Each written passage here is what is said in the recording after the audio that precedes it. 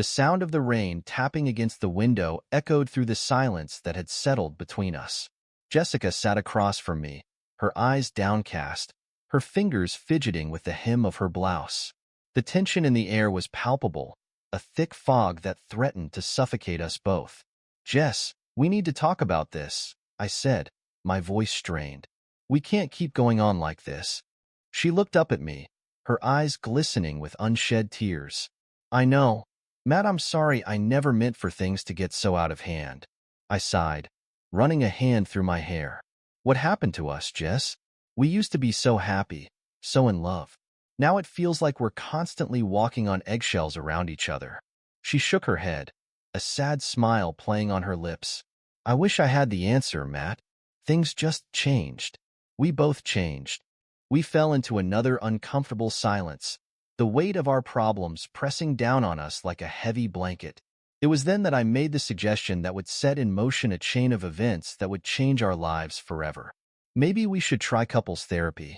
Jessica's eyes widened slightly, and for a moment, I thought I saw a flash of panic cross her features. "Therapy? You think it's that bad?" I reached across the table, taking her hand in mine. "I think we owe it to ourselves to try. We used to be so happy, Jess. Don't you want to fight for that?"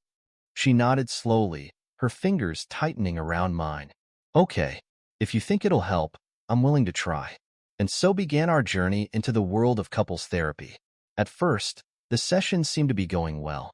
We aired our grievances, shared our frustrations, and worked on communication techniques. But as the weeks passed, I couldn't shake the feeling that Jessica was holding something back. It all came to a head one fateful session when our therapist, Dr. Reynolds, asked Jessica a seemingly innocuous question. "Jessica, is there anything else you'd like to share with us today?" There was a moment of silence, and then Jessica took a deep breath. "Actually, yes. There is something I've been keeping from you both." My heart began to race, a sinking feeling settling in the pit of my stomach. I had a bad feeling about whatever she was about to say. "Matt, I haven't been completely honest with you," she said, her voice trembling. "A few months ago, I slept with 3 different men. On the same night." The room seemed to spin around me as her words sank in. I felt like I had been punched in the gut, the air leaving my lungs in a rush. "What?" I managed to choke out, my voice barely above a whisper. Jessica's eyes filled with tears, and she reached out to me, but I recoiled from her touch. "I'm so sorry, Matt. It was a mistake, a terrible mistake, but there's more." I steeled myself, bracing for whatever else she was about to hit me with. "One of those men, his name is Paul, and I've been in contact with him since that night." The betrayal cut deep, like a knife twisting in my heart. I felt sick to my stomach, the world around me fading into a blur as the weight of her confession settled over me. "How could you do this to me, Jessica?" I whispered, my voice thick with emotion. "After everything we've been through together, how could you betray me like this?" She sobbed, her shoulders shaking. "I don't know, Matt. I don't have an excuse. I was lost, and I made a terrible mistake. But I love you, and I want to make this work, if you'll let me." In that moment, I felt torn. Part of me wanted to walk away, to leave this betrayal and heartache behind. But another part of me, the part that still loved her deeply, wanted to fight for our marriage. As the session ended and we walked out into the rain, I made a decision. I would try to work through this, to save our marriage, no matter how difficult it might be. Little did I know, the unraveling had only just begun. The weeks following Jessica's confession were a whirlwind of emotion. Our therapy sessions became increasingly tense, with Dr. Reynolds constantly trying to mediate between us.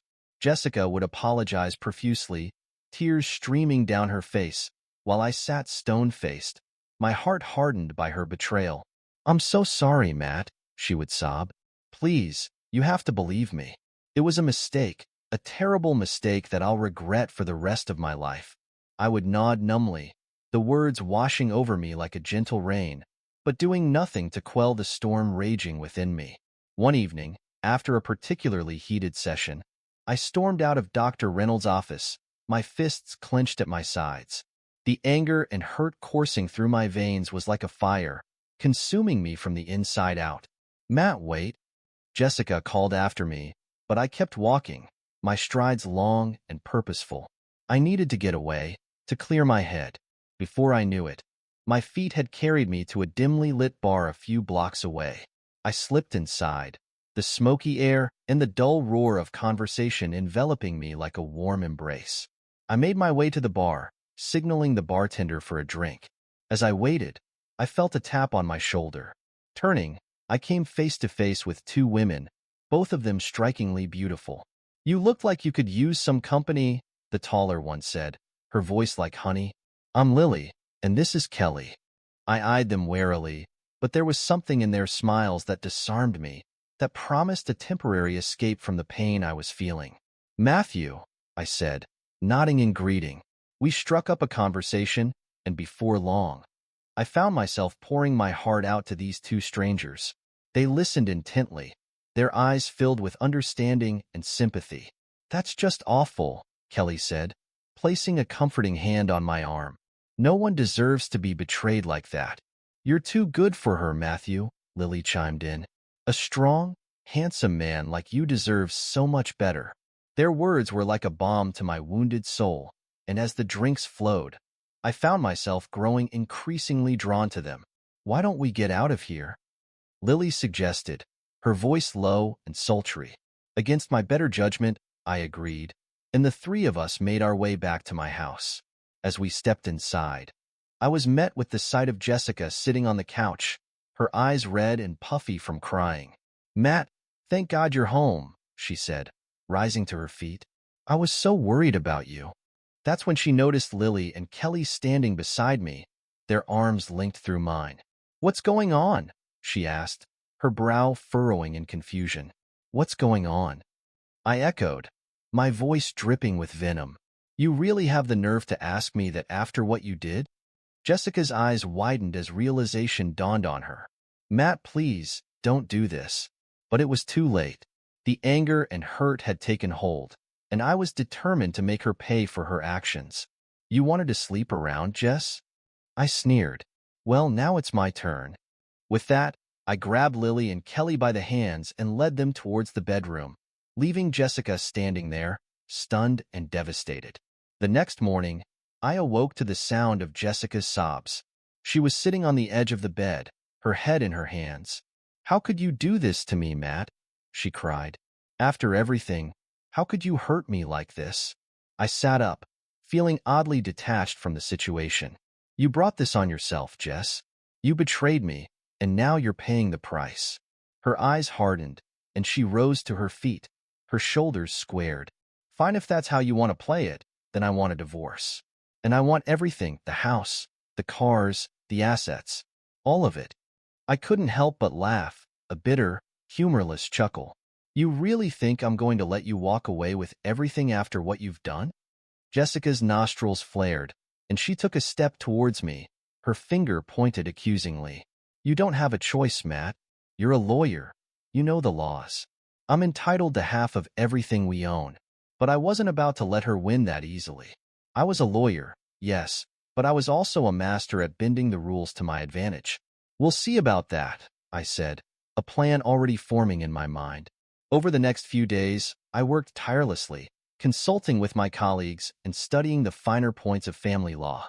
And then, when Jessica least expected it, I struck. I created a family trust and transferred all of our assets into it, effectively cutting her off from everything we had built together. When she received the divorce papers, her face contorted with rage. "You can't do this to me, Matt," she screamed, her voice shrill and desperate, but I only smiled, feeling a twisted sense of satisfaction at having outmaneuvered her. "I just did, Jess, and there's nothing you can do about it." As she stormed out of the house, her belongings stuffed haphazardly into a suitcase, I couldn't help but feel a sense of victory. But deep down, I knew that this was far from over. In the weeks following our bitter divorce, I found a twisted sense of satisfaction in knowing that I had emerged victorious. Jessica had been left with nothing, forced to start over from scratch. It was the ultimate revenge, or so I thought. Little did I know that my actions had set in motion a chain of events that would come back to haunt me in ways I never could have imagined. It was a few weeks later when I got news of Jessica's birthday party. At first, I scoffed at the idea of attending, but then a thought occurred to me. What better way to truly break her than to show up and flaunt my victory in front of her friends and family? So, on the night of the party, I donned my best suit and made my way to the posh restaurant where the celebration was being held. As I approached the entrance, I could hear the sounds of laughter and music spilling out onto the street. Stepping inside, I was immediately greeted by the sight of Jessica, radiant in a deep crimson dress that hugged her curves in all the right places. She was laughing and chatting with a group of friends, seemingly without a care in the world. That's when I noticed him, Paul, the man she had been sleeping with. He was standing beside her, his arm draped casually around her waist. My blood boiled at the sight of them together, and without thinking, I strode across the room, pushing my way through the crowd until I was standing directly in front of them. Well, well, well, I sneered. My eyes narrowed. If it isn't the happy couple. Jessica's face paled as she turned to face me, her eyes wide with shock and fear. Matt, what are you doing here? I just came to wish you a happy birthday, darling, I said, my voice dripping with sarcasm. And to introduce everyone to your little boy toy. Paul took a step forward, his fists clenched at his sides. You need to leave, man. This is Jessica's night, and you're not welcome here. But I wasn't about to be intimidated. Not after everything Jessica had put me through. Oh, I'm not going anywhere, I said, my voice rising above the din of the party. In fact, I think it's time everyone here learned the truth about our dear Jessica. Jessica's eyes widened in horror as she realized what I was about to do. Matt, please, don't do this. But it was too late. The words were spilling from my mouth like venom, poisoning the air around us. Did you all know that this woman, the one you're here to celebrate, is nothing more than a lying, cheating whore? I shouted, my voice carrying across the room. A hush fell over the crowd as all eyes turned towards us, shocked and uncomfortable. That's right, I continued, my gaze fixed on Jessica's stricken face. This woman, my wife, slept with not one, not two, but 3 different men on the same night. And she's been carrying on an affair with this pathetic excuse for a man ever since. Gasps and murmurs rippled through the crowd, and I couldn't help but feel a twisted sense of satisfaction as I watched Jessica's world crumble around her. That's when I noticed a woman standing beside Paul, her face twisted in a mix of anger and heartbreak. It was his wife, Jane. Is this true, Paul? She asked, her voice trembling. Have you been cheating on me with her? Paul opened his mouth to respond, but no words came out. He simply stood there, eyes downcast, his silence speaking volumes. Jane let out a choked sob and turned on her heel, fleeing the party with tears streaming down her face. In the aftermath of my explosive reveal, the party descended into chaos.